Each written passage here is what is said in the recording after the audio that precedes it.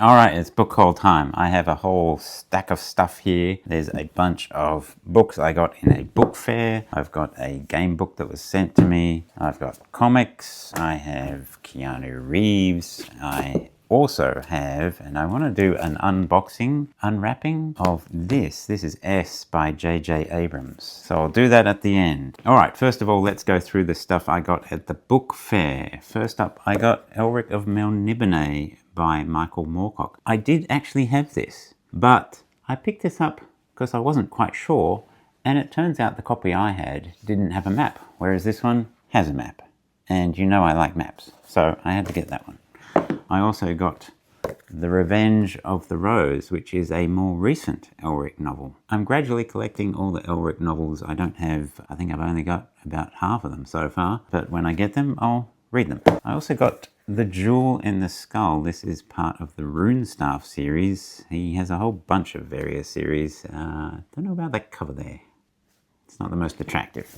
Anyway, that's all Michael Moorcock. I also picked up a Raymond E. Feist. This is Wrath of a Mad God. This is part of the Dark War trilogy. Yeah, I'm pretty sure this is part of a trilogy. And if I'm correct, I think I now have every Raymond E. Feist book in the Rift War cycle except for 2, Magician's End and some other one. So I'm gradually building them up. I am currently reading the Serpent War saga. Recently finished book 3. Really enjoyed that. Bit of sci-fi. I got The Uplift War by David Brin. I do have the other 2 books in this trilogy, so now I have all 3. There's no excuse not to read it. I also picked up a Gene Wolfe. This is one of the books of the New Sun. This is volume 3, The Sword of the Lictor. I think this is actually the only one I have. I do want to read these at some point, gradually collecting them. Something a bit different, I picked up a Biggles. Biggles Defends the Desert. It's a Biggles. Biggles are fun. I also picked up The Prince by Machiavelli. Machiavelli. The Prince by Machiavelli. And, well, this is a very famous book. I didn't realize it was so short, so I should really read that soon. I also picked up The Last Coyote by Michael Connelly. This is, as I understand it, the 3rd book or the 4th book. Actually, I think it might be the 4th book in the Harry Bosch series. I am going to be reading the first of these very soon. I also picked up a fighting fantasy, The Curse of the Mummy by Jonathan Green. Now this is one of the Wizard editions. This was actually book 59 of the Greenspines, which is the last of the Greenspine Puffin editions, which I don't have. I would like to get a copy, but they're very expensive. So it's very nice to at least have this copy. So if I get to that book and I still don't have a Greenspine, at least I can read it. Jonathan Green is fantastic. I have read Stormslayer by him. And this was a fantastic book. It's obviously, the years have passed, people understand now what makes a good game book. And this was an excellent game book. What makes a good game book? The player agency. Rather than it being, oh, there's something here, do you want to do this or that? And you've got no idea, it's just random which one will be, oh, you're going to die, or something equally stupid. In this book, you actually get a lot of the times some sort of indication that maybe that is not the way to go. Like, the villagers are not going to like it if I take this course of action, so maybe I should do this one. It's always fun to see what happens, but yeah, it's designed in such a way that you can actually make reasonable decisions, and there's a whole lot of flavor text, and it's just got all sorts of cool things. So I am looking forward to reading that eventually when I get to number 59. That's everything I got from the book fair. Speaking of game books, I was sent this game book, Valiant, again by Jonathan Green. This is from a company called Warcradle Studios. They are developers of role-playing games and board games, and they have this world, the dystopian age, which, as far as I can understand, is set during the reign of Queen Victoria, and it's this kind of steampunky thing where some magic has arrived in the world for some reason. They saw my channel and knew that I was interested in game books, so they reached out and sent me this. So thank you, Warcradle. I'm really looking forward to this because I am really impressed with Jonathan Green. It may jump the gun because, yeah, it looks good.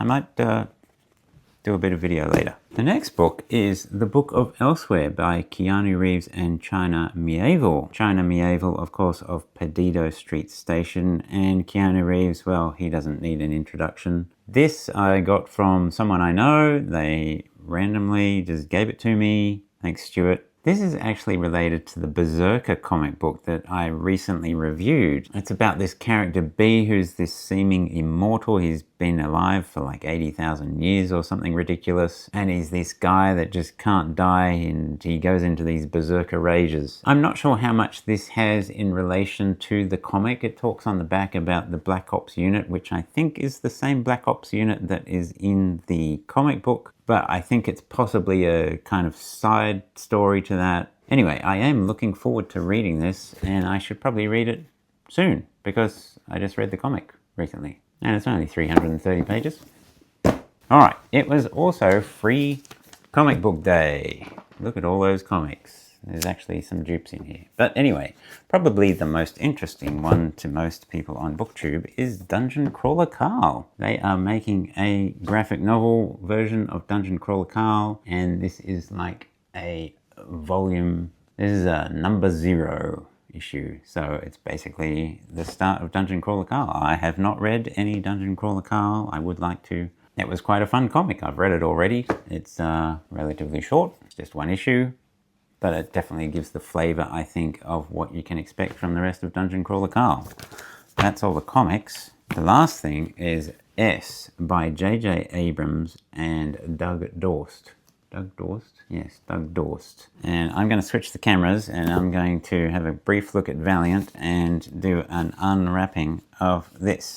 While I've got this set up, I'll quickly show you Dungeon Crawler Carl. So this is the kind of stuff you can expect. And if we flip over here, you can see these kind of notifications that come up in his, I guess, HUD or whatever. Oh, reward, you've received a bronze pet box, etc., etc. All right, that is Dungeon Crawler Carl. This is Valiant by Jonathan Green, so you can see the kind of stuff that they produce. This is Warcradle Studios. It's all the sort of standard stuff of these kind of game books. You've got some sort of stats and how you do skill checks and stuff. There's a nice map.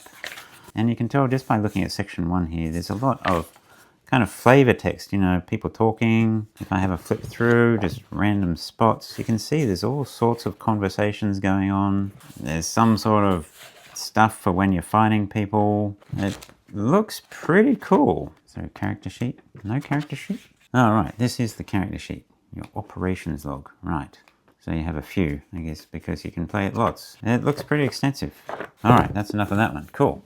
Okay, now this is S by JJ Abrams, and the reason it's wrapped is because there's a whole bunch of stuff in it. So they obviously don't want things falling out when it's on the bookshelves in a shop. And what this is it's like this mysterious found library book. You know, it's got this Dewey Decimal Code on here. It's a book by JJ Abrams and Doug Dorst, but the actual book here is by someone called VM Straka.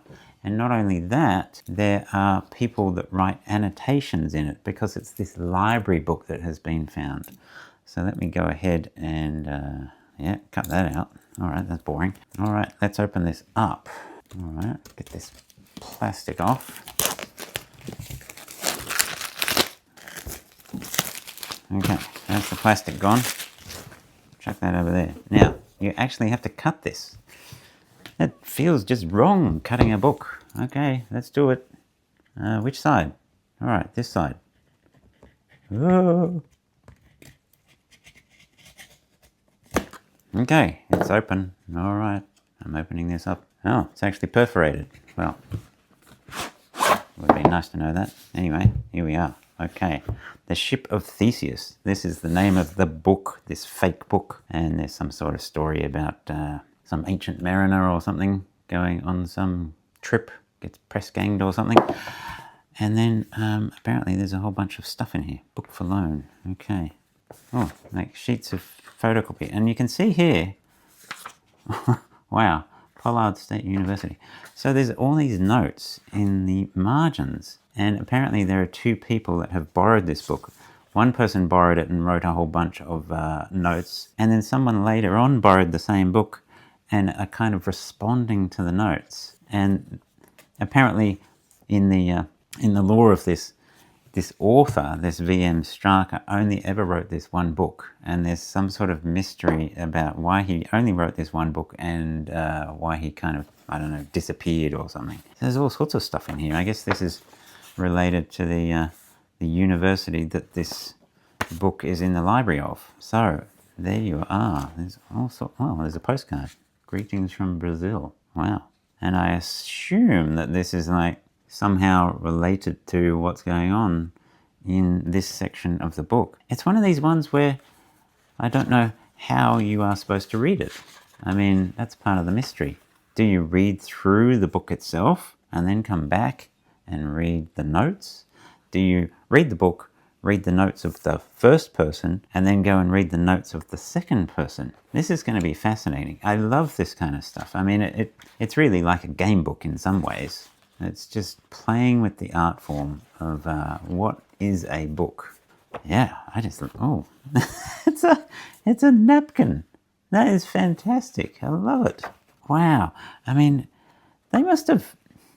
How do you produce a book like this? Do you... Whoa. Okay.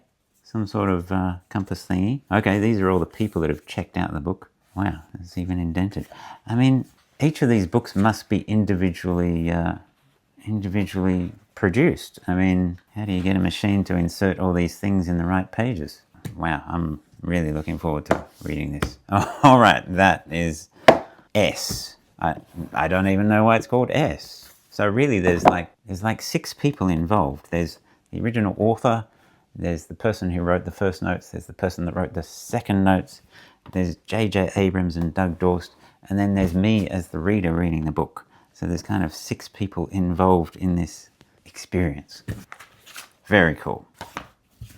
All right, that's it. If you're a game book reader, I'd like to know what you think of Jonathan Green. Have any of you picked up the Dungeon Crawler Carl comic? I'd be interested to hear about that. Or anyone that has read S by JJ Abrams. I will see you in the next video. See ya.